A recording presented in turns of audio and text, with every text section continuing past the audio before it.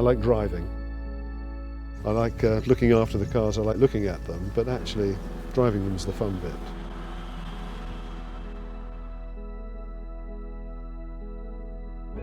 I've always had the hankering for an Alfa 8C. It's probably one of the ultimate pre-war sports cars.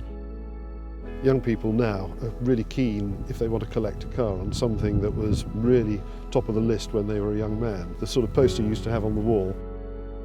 I'm of that age where this was the poster I had on my wall, and it was the thing I really wanted.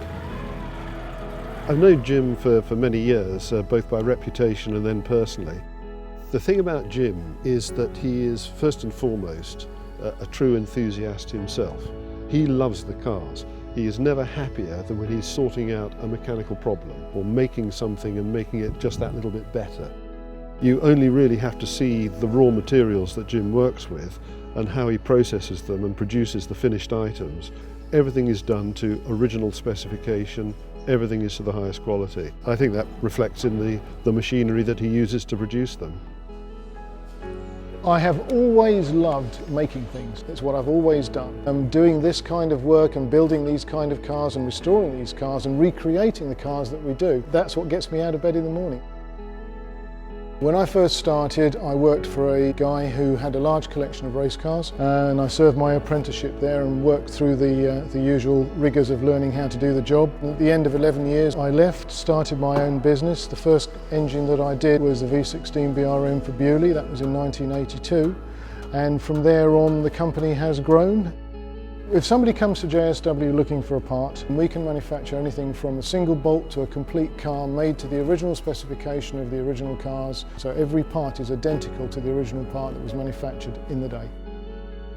If a customer comes to us for an 8C 2.3 engine, for instance, cars were manufactured between 1931 and 1934, so running those engines hard in competition this long down the road is not a good idea. So they would rather like to put a replacement engine in built to the same specification. The Haas machines allow us to do that very easily. Haas were producing a kind of machine that I really appreciate because it is a basic, simple but uncomplicated, nicely engineered piece of machinery. It's no frills on it, but it does a fantastic job. I am very close to being a control freak. I do actually like to control everything that we do. So being able to have the Haas machines with the capacity, it's the size of the big machine, the 6, that makes life very useful.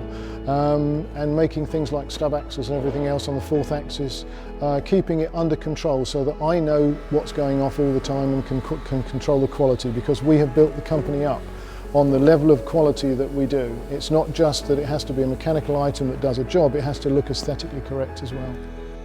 I have a thing that basically says that the next person that takes anything that we've built apart needs to think that that was assembled properly and nicely.